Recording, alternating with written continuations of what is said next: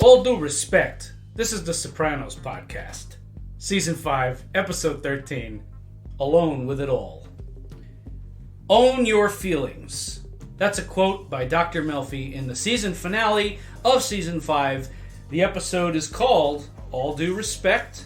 It was written by David Chase, Robin Green, and Mitchell Burgess, and directed by John Patterson, who's our finale mainstay at this point. Really got the B team on this one. Unbelievable. Solid finale. This, while a great finale, this is not a criticism I'm about to levy, by the way. While a great finale, this does bring back formulas of seasons past where you have a really explosive and emotional second to last episode. And then the last episode, while interesting and intense, focuses more on resolving and setting us up for what's to come going forward. So, some resolutions are had, some dangling threads for Season 6. All in all, very entertaining, and I think it drives some of the larger themes of Season 5 home in a big way. I'm Chris D'Amato. I'm Lily D'Amato. I'm Paul Mancini. And I'm Jordan Hugh. Sopranos Podcast, we're here. I can't believe we are doing the finale of 5. This is... Time flies. Really does. This is crazy. Time flies.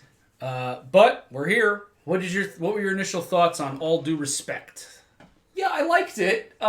It's really hard coming down from long-term parking, which is an all-timer episode. I don't think All Due Respect is bad, as you said. I think it's quite a good episode. It's just... maybe it's not as exciting. I don't know. I certainly don't think it's a bad episode. I think it's a great episode. I think I was looking for more. Maybe I'll just say that. What did you want? I don't know. I think I just wanted something more than this. This was a really nice cap on the season. And does a finale need to be any more than that? No, it doesn't.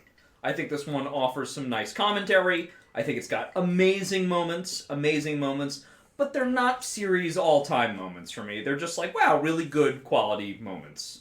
But not every episode needs to be We're talking amazing. On a Sopranos scale. On a Sopranos scale. So again, Right, this is I get still a what you're better saying. finale than in most episodes of anything that exists ever. But, it didn't knock my socks off.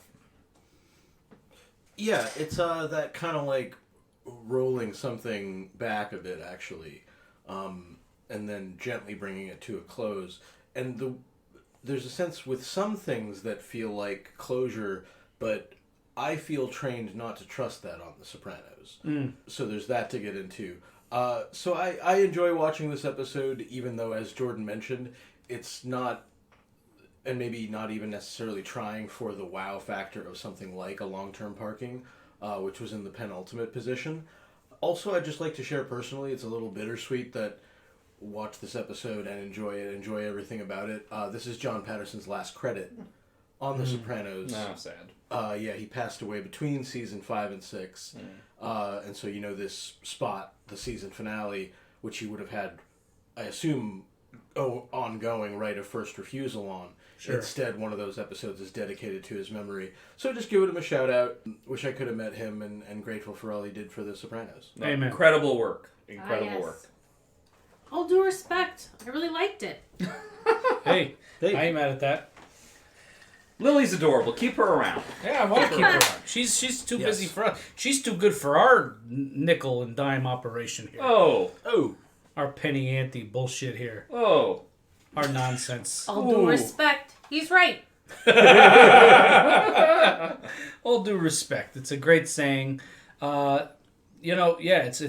what you say before you tell someone something they don't want to hear. It is such a funny saying because all due respect. Let me say something that takes away any respect from you whatsoever. Right. In fact, fuck you. Yeah, exactly. It's the same as no offense. Oh, no offense, but... Yeah, no offense, but you're an asshole. Yeah, you could say anything after that, and I will likely be offended. Because you said no offense. There's a funny bit, I think it's between Larry David and Jerry Seinfeld on Curb Your Enthusiasm, where they have a similar discussion about the phrase, having said that. Yeah. It's like you can say anything you want before or after having said that, and it negates the other. It's like, you're a complete asshole in every way. Having said that, you're very good at cooking, just like you can. So, all due respect is one of those. It's like that thing you drop before you say something to somebody perhaps better left unsaid, another one of our episode titles. Yeah. But it speaks to the themes of power and leadership, which to me is why season 5 was perhaps the most mob-heavy season so far in many ways. I think season 5 really digs into Tony as leader, Tony as general, Tony as decision maker. And that's the one on top, and that's painted all over this hour. I liked it. I think it's a good finale. Would I be satisfied if this were the last episode of The Sopranos in total? No. But, very good outing. I thought it closed the loop on season 5 very nicely while making me intrigued for season 6, which is was tough at the time because this was at the point in the series where you knew David Chase, thankfully, because there's too much shit that gets rushed out now. This David Chase was going to take his sweet-ass time between seasons, and you weren't getting season 6 anytime soon once this ended.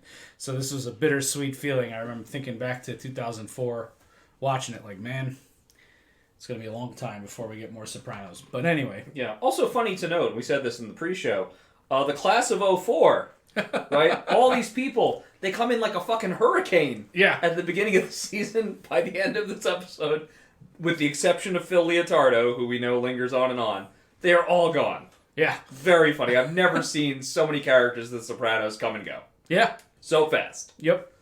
Dead or in prison. It's just, that's the life, man. But huge impact. Huge impact. Huge Oh, impact. Yeah. Yes. No, But the class so of brief. Yeah. And there were stories well told. I liked that they were kind of all dispatched in their own way.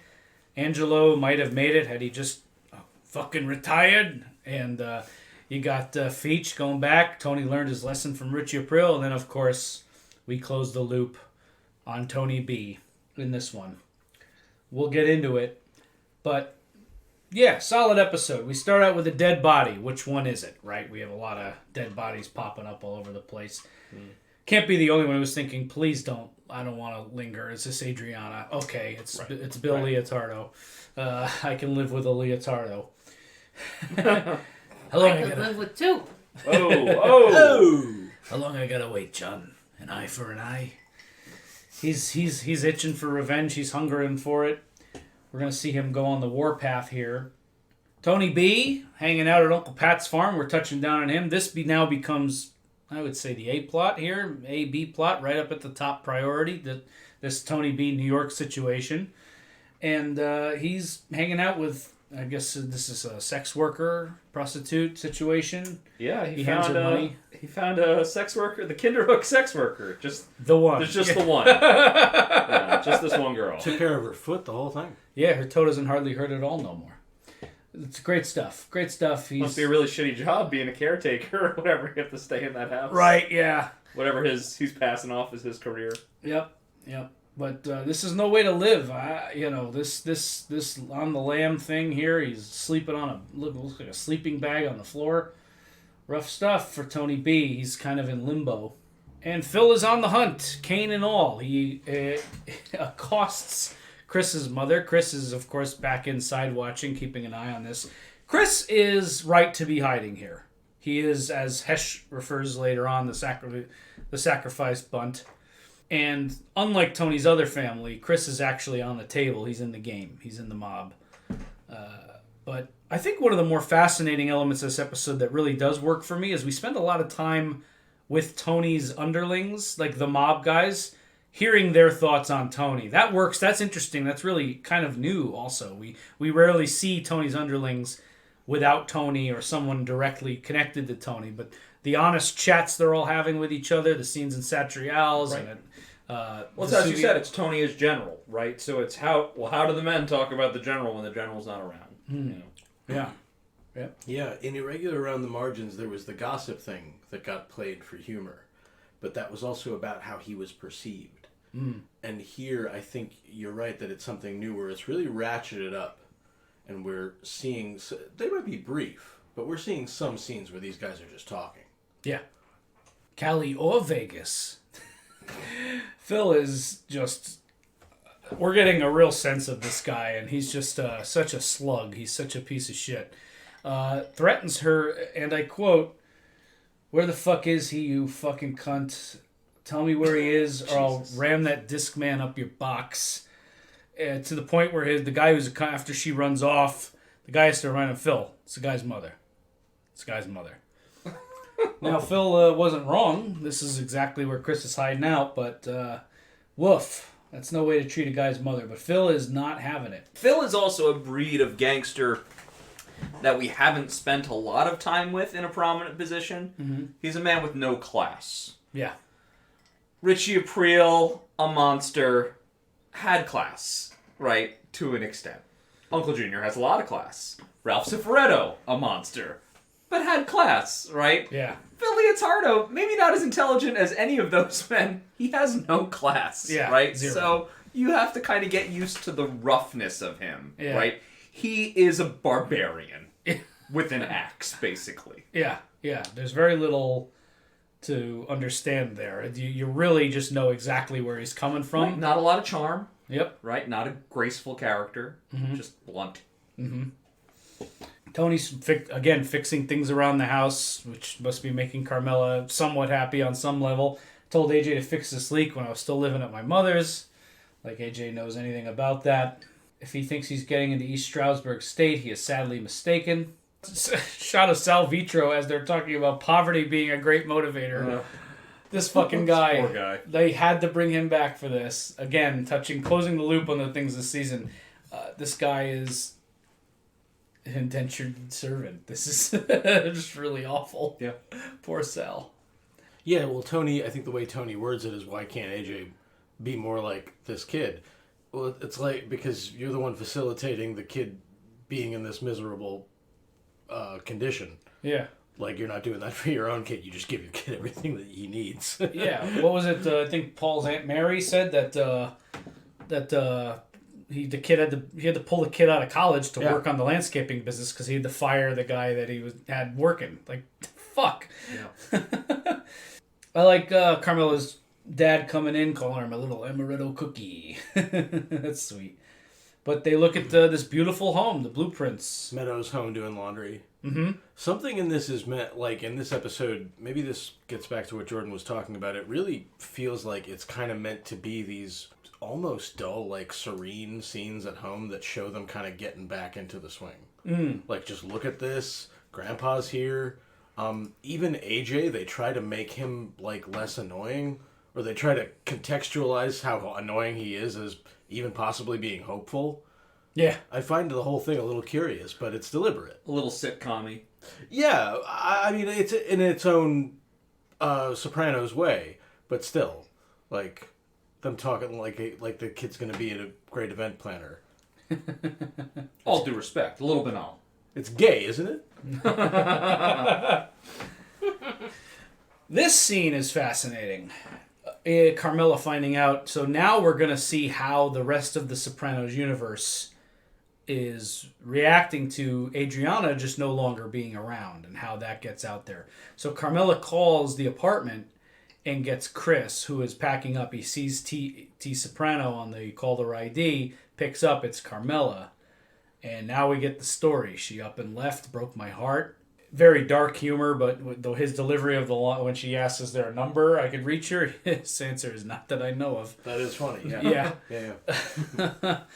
But, Carmela is very stunned by this. Didn't see it coming. Brings it up to Tony in another scene or two. And you never know about people, is his response. Yeah, he plays it off. See, this is the kid's problem. He bottles it all up. Yeah, See, exactly. He lashes out with the substance abuse stuff, you know. Yeah. So Tony still performing very well. Mm-hmm. Tony the actor. Ray Curto eagerly... Something to admire about Ray Curto. Is there? Something. There's something. Listen, they say in life, do what you love. This guy fucking loves snitching. He loves being a rat. I'm so, like... Pussy was despicable because he was snitching on his best friend and was so half-assed. This guy fucking... Tell Ike and the guys I said hello? He fucking says he's leaving the car. Like, oh yeah, I can't wait to see you guys at the fucking FBI office Christmas party. Actually, the transition in that scene is really funny. What do I know? He's a dope addict. Did I give you that? Yeah. He already gave it up. See, Lily, though, yeah... Of course, no, it's not admirable, but also it's funny coming off of long-term parking because that's the way to do it. Adriana was a real person. That's the problem. Yeah. She got so twisted up because she really felt the things that they were doing to her. When you're Ray Curto, you're a sack of shit. Like, you don't give a fuck about anything. Snitch on your friends. Yeah, all right. He doesn't fucking care. Yeah, he's not torn up. No, he has no scruples. No, he goes back and has a birthday party. Yeah. Like, he's, as Chris said, he's loving it. Yeah. This is great. Yeah. They'll pay for my dry cleaning. I cannot not laugh when I think of Ray Curto snitching. It's just so fucking funny.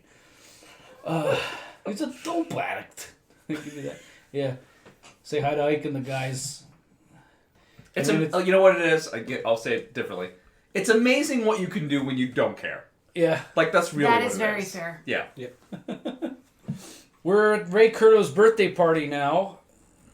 Couple things going on here. They're all chit-chatting. I really like this dialogue between them about, which one of them is important enough for New York to come after. You really think New York's going to come after you, Bobby? I'm the brother-in-law. Yeah, and Paulie, like, they're going to want somebody who goes back to, and who knows him better than me? Chris being the natural sacrifice bunt.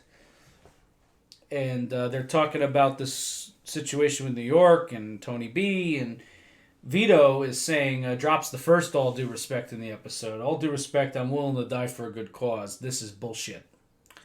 As Tony's coming in. You can tell from Tony's expression that he may not have overheard, but he knows what they're talking about. Right. Yeah.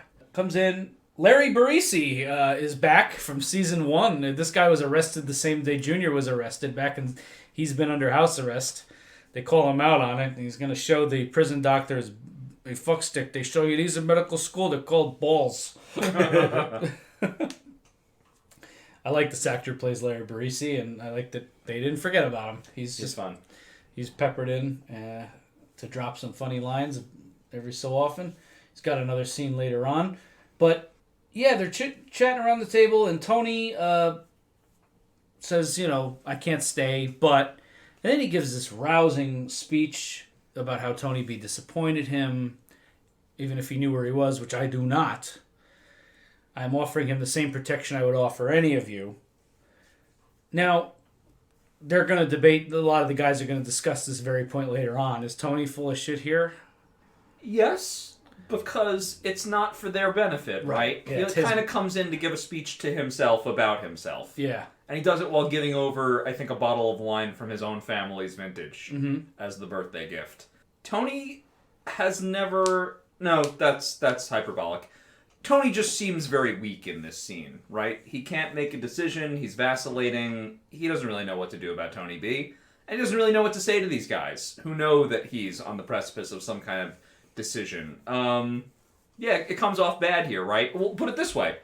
Who in this room buys that speech as he leaves? One person. Patsy Parisi. Okay. Thanks. That was great. Yeah. Right. And by the way, Dan Grimaldi's delivery of that fucking kills me. It's so genuine. Like, he's just was so moved by that. And you can see everybody else, like, while he's talking, their arms are crossed. Hesh is, like, looking down, like, chewing the inside of his cheek. Paulie knows it's bullshit. Syl definitely knows it's bullshit. But it's a very funny touch that Patsy was like, ooh. Yeah. Well, other than Patsy, right. I think he has a hard time selling it. And we know that because the very next scene, he goes home. He doesn't have a meeting. He goes home to Carmela. He has some chicken parm. I mean, he could have stayed at the party. I think he actually, when he got dressed that night, he had every intention of staying. I think the missing scene, he's late because he was sitting in his car. What the fuck do I say to these people? Yeah. He went in, he made his speech, didn't go over that well. I'm going home. I don't know what, I gotta think about this. I can't enjoy myself, you know? Mm. He's got to be alone with it all. Yeah, right. Then there it is. Alone with it all. To answer your question, yeah, he's full of shit. He's always full of shit. The guy's always lying. Yeah. He's always in it for himself, just to your point. So yeah, of course he's full of shit. Yeah, there's a lot of other answers to your point, but no. Yeah, Short answer, yes. Yeah, well, they'll discuss this through the episode, but, the kind of protection that he's talking about, who does it really exist for? It exists for himself and Christopher and Tony B. That's as far as the real protection extends. I don't think he's putting himself on the line for really anybody else. The next two closest to him is Paulie, no, right? And Silvio, maybe, but even then, barely, right? Most of these guys are right to feel like they're not protected. And Tony knows he's doing the wrong thing here. 1,000%. It's not that, like, it's a decision. It's the guilt part of it. He knows what the right decision is. Right. You know. It's just a matter of, is he going to do the right thing or not? And right is a hilarious word to use as we're talking about two very bad things. But what do you do, though? Do you give up your own cousin? I know he fucked up, but yeah, I don't... He is... I don't know. Like, Benny didn't deserve it. no, Tony's in a legitimate tough spot, though. Well, I think you have to. Because Tony B really did act outside of anybody's permission to do anything, so he's the most wrong. And then New York is putting you in a position where people who really don't deserve to be hurt will be hurt. They'll kill Christopher. Right? You can't let that happen. So I think Tony only has one decision to make. It's just he loves his cousin and he really doesn't want to have to make it. And I think Silvio is right in the later scene where he says, you don't want to bow down to Johnny Sack. He's not wrong. Yeah. And The Sopranos is always playing with this kind of irony. By the end of the episode, New York would not be able to continue their war on Jersey if they wanted to. Right. They're in a terribly weakened position. Tony will consider, I'm sure, that he possibly killed his cousin for nothing. That's The Sopranos. That's that world, how cruel it is. And, I think Jordan's reading of that scene is dead on. And if it weren't an indication enough, then Tony's weakness also could be communicated by his saying to Silvio that he doesn't care about who's coming along with him. You can say that, but if we're using the military analogy, the military who's just ignoring the top brass around him is not going to be the general for very long. Somebody's going to have to get rid of him. Yeah. Tony knows it. He just needs the right framework to make the decision, and it's not another gangster who provides that. I think it's really Melfi and a dead horse who help him realize that. This next scene finds another way to twist the Adriana knife just a little bit. Sopranos loves twisting the knife on you, making something terrible just a little bit worse in a different way. So, we talked a little bit about this scene already, but Tony pretends he doesn't know about Adriana. It's a problem with this kid. And they wonder why they build up chemical dependencies. Right, that's... AJ slightly annoying us by walking into the room on the phone with his friends going upstairs. And Carmela brings up this idea, and this breaks my heart, that she was so true to Christopher. And this is what Carmela has to think happened. She must have been seeing somebody. And she recalls back to the movie night when Adriana almost confessed. Yeah. And it's just sad to me that this is just unfortunately what happens to women sometimes, this reputational idea here, and that's what's going to be floating around now, is that maybe she was seeing someone else. Unbelievable. Made me feel like shit. Yeah. Tony dropped an irregardless in the last scene, by the way, which He did. I know Lily reacted viscerally to. She doesn't like the irregardless. No, when Tony Soprano says it's hilarious, when a normal person says it's incorrect. Irregardless, though. It was the right thing for him to All say. due respect. All due respect. You're an idiot. Irregardless. Oh. Ugh. Disregardless. Let's move on. Carmelo's chicken parm has to be fire, by the way. I'm sure. You never know about people. Tony's watching History Channel again on the couch. Documentary on Rommel. Rommel? Yeah. And Carmela sits next to him. They have this sweet little moment. She asks him, did you want to be alone? And he says no. And she goes up to lay in bed with her blueprints. This is, there's almost, if they didn't cut to the blueprints, she's undressing, she's in this like nightgown thing, she's smiling, she's getting into bed, and it's the blueprints. This is what she got back into the marriage for, is this project. She wants this time and space. Yeah, And, exactly. Yeah. Tony didn't ask her to leave. She chose to leave. So that solidifies my thesis that I gave last time, that this is really what she's coming back for here. To set up something for herself so that when the inevitable happens, she's at least not without anything. I watched that slightly differently. Talk to me. That's why I don't disagree with you that the transactional piece of it. But when she sits down, she gets the feeling he doesn't want her there. And she says, do you want to be alone? He says no, but he means yes. She serves no purpose there. And she knows that, so she goes up with the blueprints, which probably makes her very happy, but that's how I watched the scene. Yeah, I agree there. Also, not really a fraught marriage moment, right? He's got a lot on his mind. We know what it is, and she wants to go be alone with her spec house thing, so this is how things will continue. Yeah, I don't think she was hoping or anything like that. She didn't leave him for the blueprints. She got a feeling and was like, yeah, this sounds great. She could have been using a vibrator for all I know. I think it's the same thing. And in some ways she is. Right. We get the first instance of this great Van Morrison song, Glad Tidings. First of 3 times I think it hits in the episode. This song absolutely rules. And I think of this episode every time I hear it. I can't not. But it's playing underneath. No secret in the lyrics. We send you glad tidings from New York. All this tension with New York and the things coming to and from New York in this episode. It's great stuff. Christopher complaining. He's in a car. His fucking getup here. Christopher's like, I'm on the lamb getup with the fisherman's hat and the glasses. Claude Rains. Eating Roy Rogers with Benny. But he's complaining about the favoritism and Silvio... In so many words, after all your uncle has done for you, I have to get into specifics. And then he gives him the extra wide look. Yeah. Yeah. Yeah. It's the end of that conversation. Correct. Yeah, he gets the last word there for sure.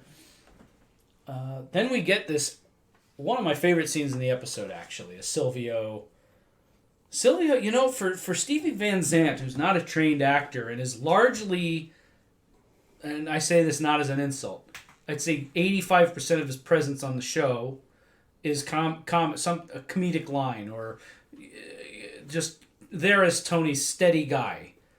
But when he brings it home, he really does. Like, this is a great scene for Stevie Van Zandt here. I love the way he does this. I love this conversation that he has with Tony. And I love that he knows he doesn't quite break through, but I like that he feels like he needs to tell Tony the truth here. It just makes for an interesting scene. And, of course, it's a scene where we got our title from, Alone with It All. But I got to talk to you. I've been your consigliere for years. Skip the preamble. We know how Tony hates a preamble.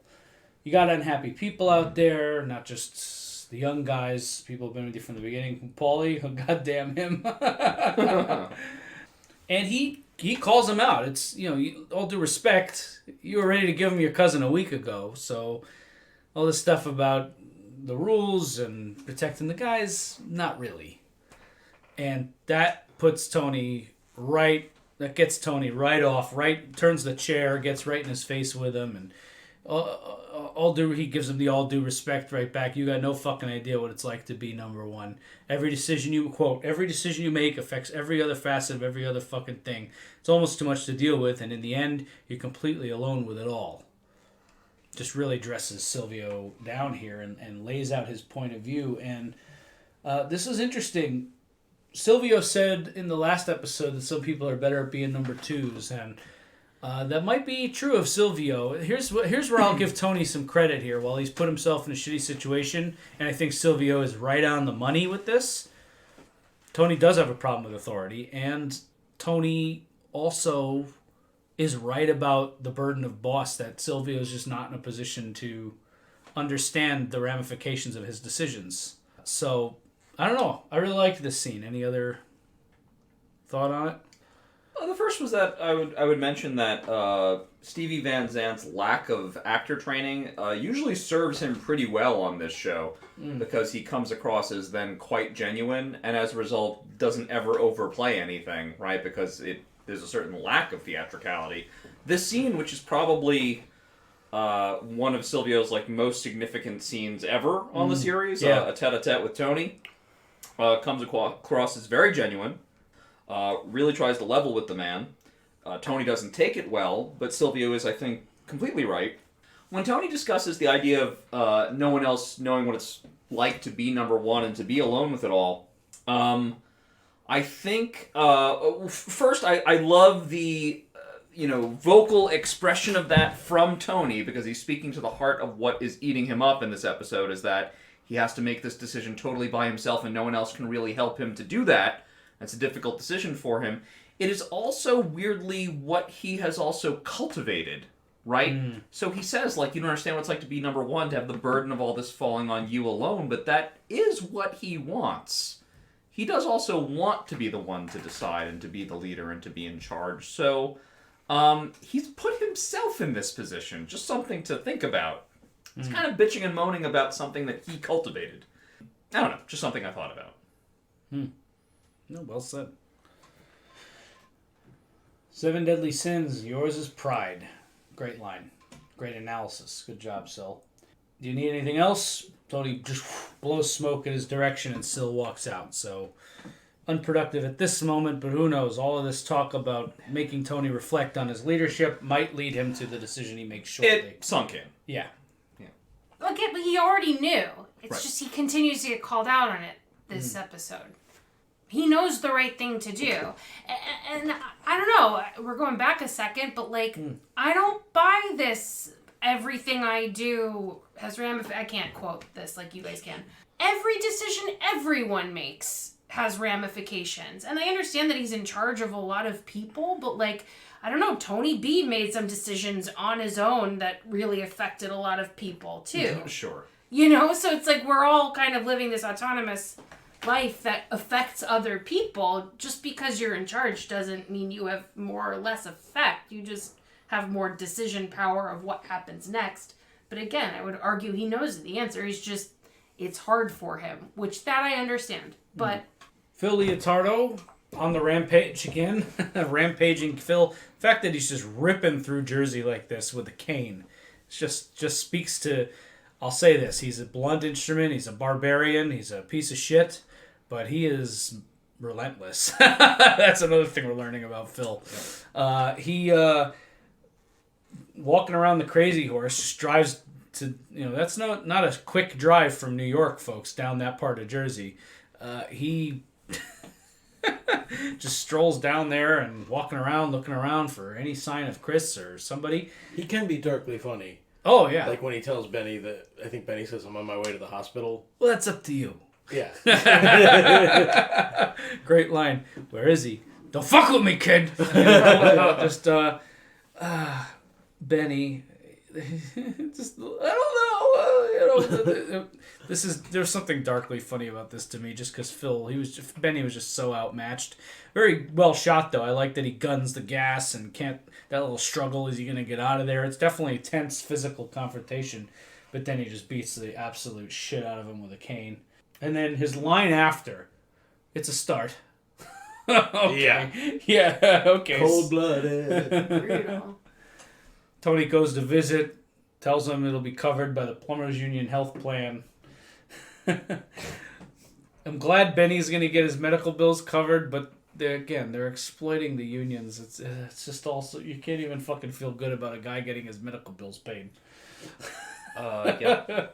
Also, again, I know Phil's the one doing the beating, but Benny is suffering for Tony's lack of decisions here, right? Tony's vacillation has direct consequences. Yeah. Yep. Got it. TikTok, buddy. I think it's time for you to get your own customers. You're a little too young to be beating people up. Walks out, and then the guys start chatting. And I love these. We get a few more. I love these little scenes with the guys just going back and forth about what Tony should do, what they would do. This is fucked up. What do I want to do about it? I want that man there to do something about it. I want us to give us clearance to go to Brooklyn, clean some fucking timepieces over there. And Vito disagrees. If he strikes back on Phil, we should take him out, which is very interesting. I don't know. This is I'm kind of siding with Vito that's would be the wrong course of action. But this is interesting, is it not? The underlings trying to. We get a sense of what would the family be like if Tony wasn't in charge, and what do all these guys think about all this? I find it very interesting. If Tony wasn't in charge, this would become a surrogate New York operation. Yeah, that's a great... Sure. I mean, the next most powerful person in the family is currently on the lam. It's it would fall to Silvio, who I don't think can run it. New York would take it over. Yeah. Johnny Sack would instruct one of his guys to basically run it as a proxy organization. I think. I agree with you. What's fun about these scenes is, and I think why I do take to this episode, is it's another one of those just kind of human moments, less mafia, of any time there's a lack of leadership in any workplace, this is what happens. Yeah. You get the office, like, hey, this is what I would... You get a lot of bitching from your people. You're right. It happens in And restaurants, happens at post offices. every workplace, schools. Every workplace I've ever been, when there's a lack of leadership, people talk. And Yeah.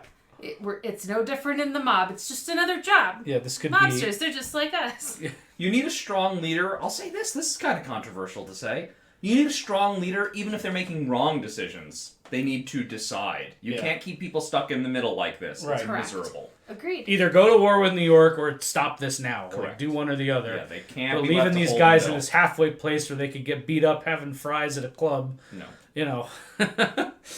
Yeah. But anytime as a normal human being I can connect with these guys, it makes me giggle, right? It's like, I've seen this before. I know this. You know, it's just some things are human, and that's it.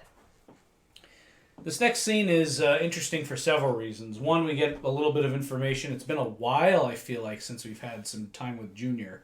He's, of course, the mental deterioration has taken him out of a lot of the mob stuff. He had very little connection with Chris or Adriana. That's been the focus of the last few episodes. So it's been a while since we've seen Junior, and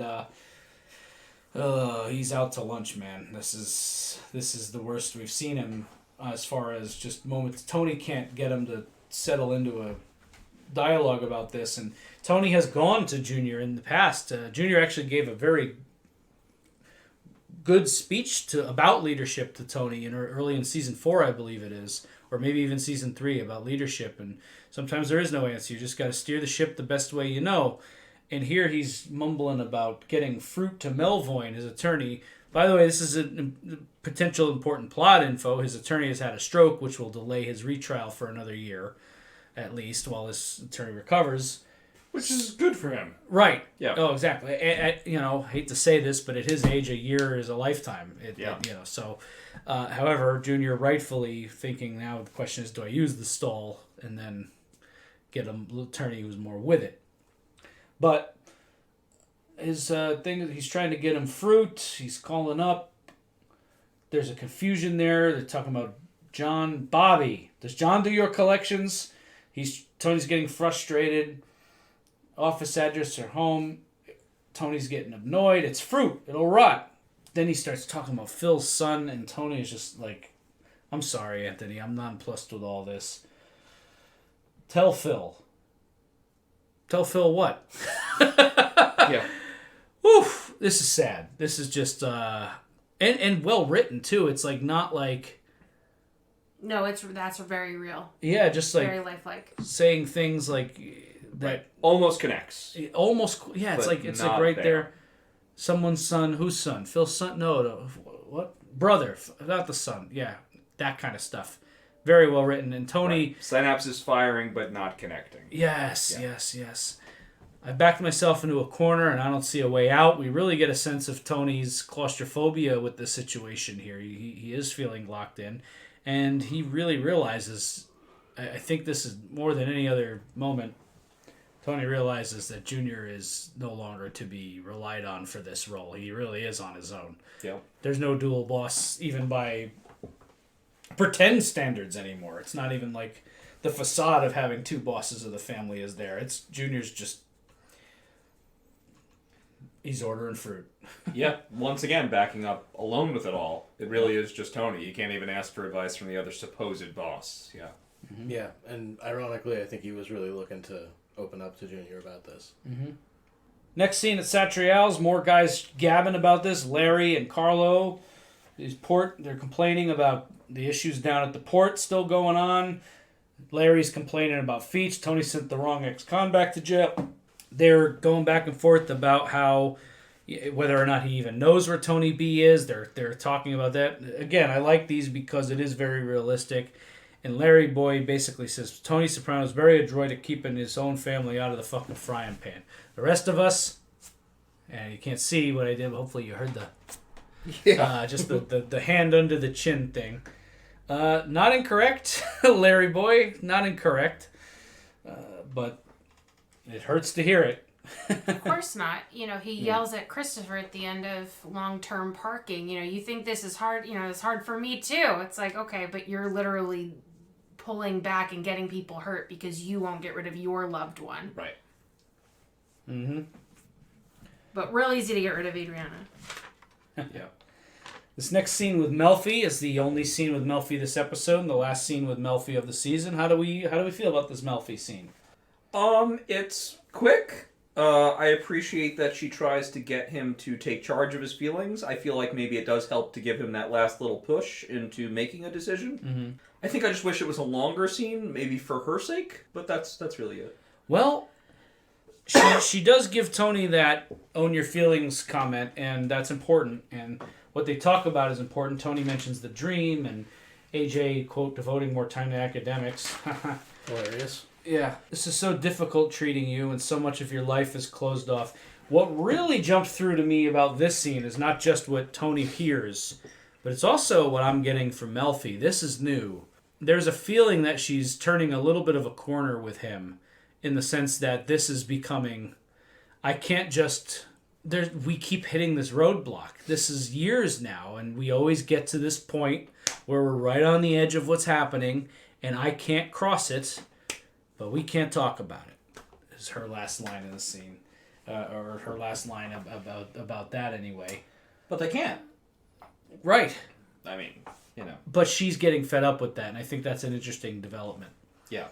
And in moving past it and getting tough on him, she helps to convince him to kill his cousin. Yeah, right. She doesn't know, and that's just precisely the issue. what she's doing. If she knew the situation, would she advise him, go murder your cousin? That's the right way out I'm sure of this. not. Yeah. But she does advise him to murder his cousin because she of advises him to own his feelings. Right. Which, when he then looks at the picture of Pyomai, I think he sees the sentimentality connected to both, how the one led to impulse, how this is leading him to not follow the right impulse. He has to do the violent thing, and that's what leads to the decision.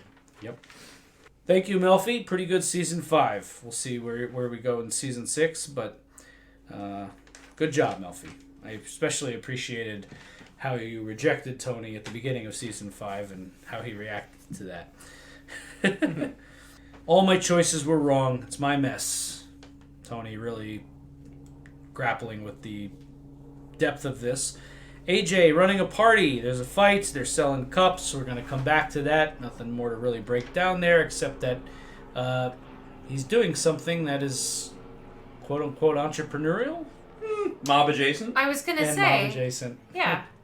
You know, he looked a little bit like Tony there, right? Mm-hmm. Having other people do his Yeah. fighting, his Yeah, dirty yeah, work. He's not getting his hands dirty. Yep. I think he's amounting to about as much as Tony is for someone who's really worried about how much AJ will amount to. Yeah. Right. It's something Tony might have done at AJ's age, right? Mm-hmm. Though probably Tony would have scrapped too. Tony calls Johnny Sack. Can't quite do it. It's late night at the Bing, actually it's early morning. I think John's eating a croissant. And you don't eat croissants at night, right? Maybe, I don't know. All due respect. There's no law. That's true. Not that they'd follow it if there were. It would be undignified. Yeah, exactly. So he's got those nice plates and that nice. He's the boss now. Tony's clearly racking his brain about it, though. He can't.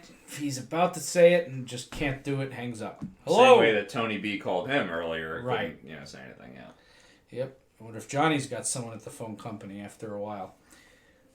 Maybe. Paulie's steaming his jacket. This scene, talk about another slow payoff. I imagine most people watching the show for the first time, probably myself included, maybe thought that painting wasn't going to come back. But boy, does it. Boy, does it. I love how Tony just barges in, heard you got beefs, and then sees the painting. The fuck? Immediately annoyed with it. You and your horse get a big laugh out of this? That's no joke, T. That's no joke. Cueing Paulie into being legitimately hurt that Tony doesn't visit him anymore. You don't come here no more. I didn't figure it'd be a problem. He is so childlike sometimes for a guy who's a vicious sociopath. Yeah. What's with the hat and shit? Fantastic delivery there. Yeah, Tony, last time you saw this picture, he was just wearing a suit toasting champagne. Right. And he's seeing... I wanted something that captured more of what you're all about. A goddamn lawn jockey? And then he drops it. It's not a lawn jockey, it's a general. And Tony grabs the painting after looking at it for a second. And I also like him calling out Paul. It's because you knew it cost me an arm and a leg. It's museum quality work, I'll admit that. But grabs the painting, whisks it out, has to dump it in a... Which kills me. I mean, I would love that painting. I think I'm you can sure get, we could you find can you a get it. print. Yeah. I think That's you can definitely okay. get We don't have any. We're busy that day, but thank you. Yeah. My wife doesn't let me... Paul, I'll contact you later. I can't put one up in the office. We're busy that day. Jesus.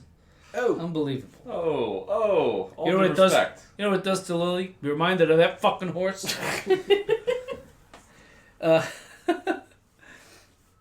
Tony brings it out, looks at it, and is thinking, and we get these tight close-ups of his face, looking down at the painting, close-up on the sash, the hand, the sword.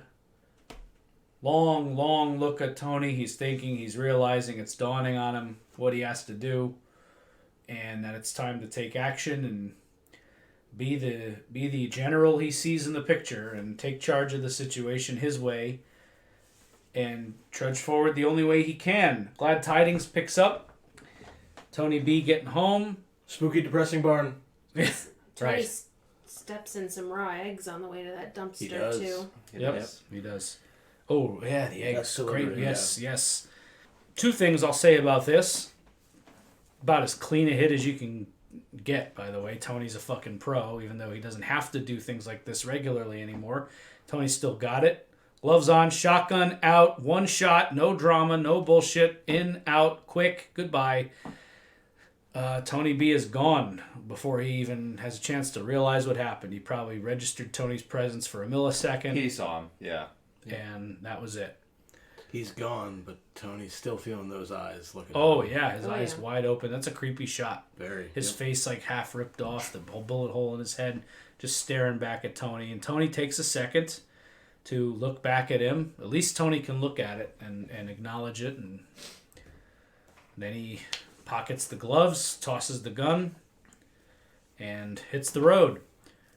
So goes Tony B. Thank you, Steve Buscemi, for a great performance. I enjoyed the character. Miss you, but as far as like one season characters go, I really liked Tony B. I liked what he brought to the show, and I'm gonna miss him. The other thing I'll say about this scene is, I don't know why, there's something about the way it was shot, or maybe the lighting, or the just the way the porch looked. It reminded me a little bit of the house from Tony's Dream. Oh, sure. With the woman on the stairs. Yes. And I can see that. I want to kind of just button that for a second for another discussion, perhaps later down the road. But yeah, that's There's a few different image callbacks like that, I think. Like Tony running through the woods later in this episode reminded me of the test dream. Yeah. That red barn feels right out of that painting that Tony talked about in Melfi's office in season 1. They do that a lot. And yeah, I think it's all over this episode. Yeah, very good. Calls up John. He's at 146, Route 9A, Kinderhook. Hangs up, goes back to the Bing. Get this very quiet scene where Johnny had called back at the Bing and apparently was not happy about something. Phil, obviously, we saw that quick scene where Phil, we don't get to see the probably multi-hour tirade on his drive back to Jersey after that, but he's going in, he's got his crew with him, they're going to go ice Tony and make it last, and he sees the body. Tony gets back to the Bing. It's not clear what the guys know, but I think they know that something has happened. There's this sense in the room that, like, hey, at least he's done something. Here's your bialy and your coffee. And they leave him alone with it all. Well, when he came into the dinner that was in the private room at Vesuvio, he says to the guys, "Don't get up." Yeah. But there's an awkward, lingering moment where it didn't seem like there was a lot of oomph for all of them to stand for him. Yeah. This time he comes in and they're shooting the shit, and I think the exception of Silvio, they're already standing, talking, hanging out. He walks in and sits, and they're all sort of standing at attention, just letting him know that Biale's there anytime, boss. And it's a brief but effective show of respect. I think they know Tony's dead, and they know none of them were asked to do it. I think that's generally the sense that is there. For them, the period of crisis is over, right? Yeah. The decision's been made. They can go back to business as usual. Correct. John eventually calls and gets Tony on the line. Didn't solve a thing. First words through the phone. He's beside himself now. Best thing is to get back to business. Come into the city, meet me. John, my IQ is 136. It's been tested. Getting back to the IQ thing that he talked about with Tony B. My house, 6:30 a.m. You really think I'm going to give you a matz with Ginny upstairs? It's the best way John can convince Tony that you can arrive safely at my house. I'm not bringing Phil, anybody. So they're going to meet. Tony tells Chris to goes to see Chris. You need to go bury your cousin. It should be you that does it. And then they sit down and they have this post-mortem, I guess, on the death of Adriana. Is there anything you told her? Let her slip. Chris, I swear on my life, nothing about Ralphie or Bevilacqua. Of course, the murders are Tony's big concern. Chris mentions the cigarettes that she was nosing around. But Tony, suspicious, noses around, doesn't see any. You're not going to find any of that shit here. I'm lifting weights. So he's still, he's hoping that Chris is not indulging in his demons while he's locked up here. But again, they gotta twist the fucking knife. Tony has to call her a cunt when Chris talks about how he loved her. But it's not meant. Right. He says, she was a cunt. And then they both... It's like totally opposite, like the intent. Like, she was a cunt, and then they give each other the most tender embrace I've ever seen. Like, both of them, like, doing everything they can not to cry, right? So clearly they don't think she was a cunt, Right. It does no good to think about it now. Yeah. Right, so as you said, there's no air in him saying it, and then they're just trying to, I think, get rid of it. Yep. What's not said here, this is what I wrote down, is Tony's essentially, after they have their embrace and their hug, he's essentially telling Chris what he has learned all too well, which is tuck her into that part of your nightmares that you'll only visit on those rare nights and just move on, Tony deals with his ghosts every so often. They come back up at him. He has to be alone with it. Yeah, exactly. Yeah. Because it's not like, this is not an invitation to... Yeah, and we're going to keep talking about her forever. Nope. Yeah. The hug that they do at first is brief and perfunctory. And then, as Jordan mentioned, it, for a moment, lapses into this more vulnerable, holding on to each other for dear life thing. Yeah. Going back to early season 1, AJ mouthing off to Carmela. He's laughing on the phone when she walks by, knocks on the door, and then comes in immediately, quickly slams the laptop shut. Tells him to get off the phone.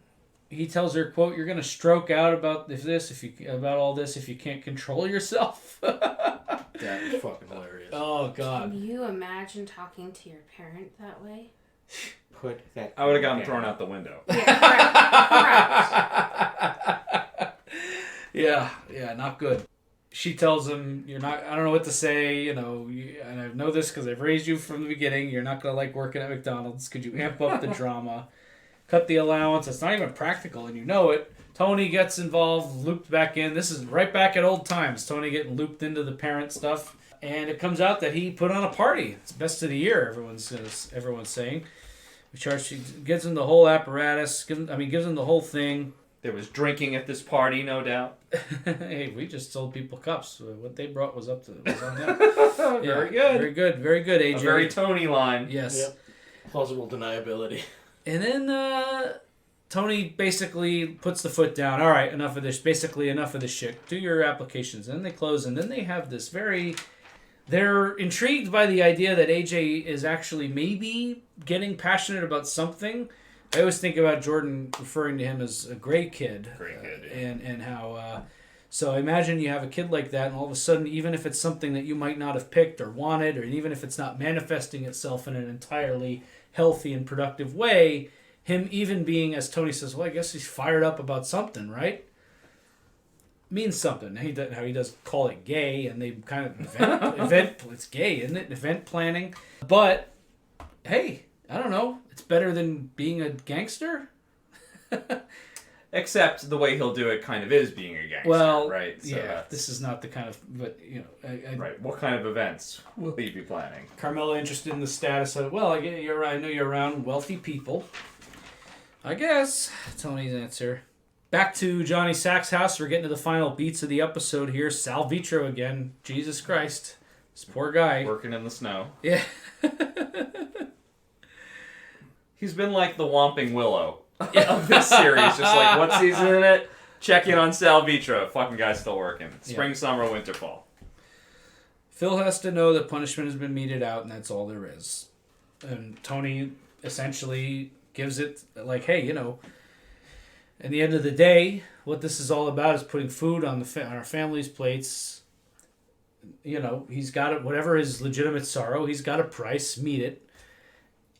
Easy for you to say. His family's shorter by one.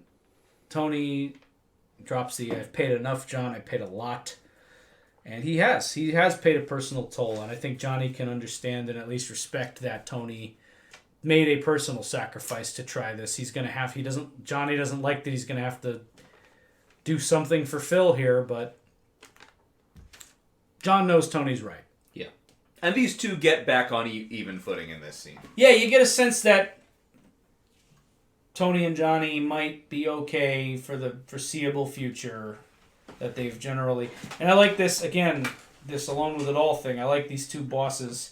They can't ever trust each other fully because they are competitors in some ways and head of opposite, different organizations. But this bonding over, these people you meet want to be boss, huh? This is cool. Like the two rival kings just having a moment together of like, heavy is the head that wears the crown kind of thing. He's going to give him 25% of the Bloomfield operation. And then Tony just mid-sentence stops, looks behind John, and bolts. Only one reason you would do that. Because the coffee is that bad. Wait, no. FBI, baby. They are here. They raid the house. Johnny runs. Tony runs. It is amazing how fast Tony moves for a big guy. Oh, yeah. Gun in the snow. I like that shot of the gun making the gun-shaped imprint in the snow. Yeah. They must have, cheered after they got that shot, because that doesn't just happen, I feel like. You got to kind of aim it, just hit it just right. Yeah. Seems they re-enter Sal Vitro's arm. Yeah. I'm just a gardener. Getting the cuff. Why? He's just there doing the law. Yeah, that's. Listen, when the FBI raids, they arrest everybody on site and they sort it out later. But man, oh man, poor Sal. But John gets a face full of snow, and I like him trying to stand up. How's this for undignified, John? Trying to stand up straight after he fucking plants in the snow. Yeah. And Tony takes a long trek through the woods, sopping wet shoes across a river. To grandmother's house we go. Moving about rather bear-like, I thought. Oh, yes. As a bear would move through the woods. I thought the same thing. Mm-hmm. Squishing shoes. Calls up Neil Mink. Big bust. This is, to me, feels more like where we're setting seeds for season 6. In that big arrest in New York that would have apparently gone up to Carmine had he been alive. Bunch of arrests, and Johnny Sack is big Rico case. Here we go. Yeah, but to your point, Paul, he may have just killed Tony B. Yeah, this is the irony of season 5 was in large part about a war in New York City, which Tony, the whole idea, and you could argue he failed at doing this, was staying neutral to such a point where he could pick up crumbs from the fallout. Yeah. He failed at doing that in large part because of his cousin, then kills his cousin at the end, and he still will get the benefit of the fallout, given that he is in the catbird seat and New York is in a weaker position than they have ever been on the show. They can't do anything. The boss of the family is in jail, awaiting trial. Yep. Whoosh, bunker style. Ominous tone here when Tony calls Jimmy Petriel the snitch. He's just a sweet old guy. You have a sweet old guy snitch of your own, by the way, Tony. I think the same could be said for Ray Curto, who is diming out every chance he gets. And then he goes back home. I just wrote The Bear. I'm not talking about the awesome FX show, but The Bear returns. You get this shot through the woods, the same kind of branches. You just see this dark, hulking figure coming through the brambles, and Tony is in the yard. Glad Tidings picks back up. He squishes back into the house. What happened to you? Your shoes are soaking wet. And that's the last we get of season 5. I guess also kind of a sitcom-y It is. ending. It is. It's not totally an ominous ending, actually, especially given the tenor of the song and the sweetness of Carmela's greeting. But yeah, there we are. It's that's season 5. I enjoyed the little conversation he has with Mink on the phone. Mink's basically telling him, hey, listen, celebrate. Yeah. You're fine. Yeah. Everything's good there. I really especially like the exchange. There's nothing illegal about parking your car unless it's in front of a hydrant. I'm not laughing, Neil. No, of course not. There's also a little beat, just for foreshadowing purposes, I just want to make sure we mention one of the exchanges with Johnny Sack on the phone. Johnny Sack is going in for a medical checkup, right, which will portend something for the future. Very interesting. Yeah. Well, that's all due respect and admirable, entertaining, and solid, if not perhaps, maybe not the best finale that we've seen. It's no I Dream of Jeannie Cusimano, but it's very good, enjoyable episode. What is? It's about Tony as a leader, and we closed the loop on several season 5 stories while setting up some intrigue for season 6. I'm excited to cover season 6. But any final thoughts on All Due Respect? Well, despite being alone with it all, Tony, perhaps as a reward for making a tough decision and carrying out himself, as you said, ends the season in a strong position, and Jersey ends in a strong position. But we are in a weaker place morally than we have been in previously. So if we are tracking that as something we value, that is something problematic going forward. Tony's in a better position. He has success. He has his home. But what is the cost? What is the cumulative cost of what he is doing? And what is he working towards? And what is he transforming into? All good questions. Things I think we'll see the answer to, I hope, in future seasons. I think one of the coolest parts of this episode is the things it does in terms of setup is like, okay, great. All right, Tony and Johnny, they're finally on equal footing. Johnny Sack has been busted. What the fuck does that mean for next year, right? Yeah. So even just that piece ends us on enough of a cliffhanger to be like, oh, okay, so where are we? Yeah. One of the things that sticks with me about this is that there have been many ways they've told this story about, in season finales of this show, about the cost of what Tony does. In particular, I think back to the montage at the end of season 2, where they're showing all of the various parasitic businesses, the hollowed out stock office, the guys selling phone cards on the street, the porn theater, Dave Scatino moving to Reno, and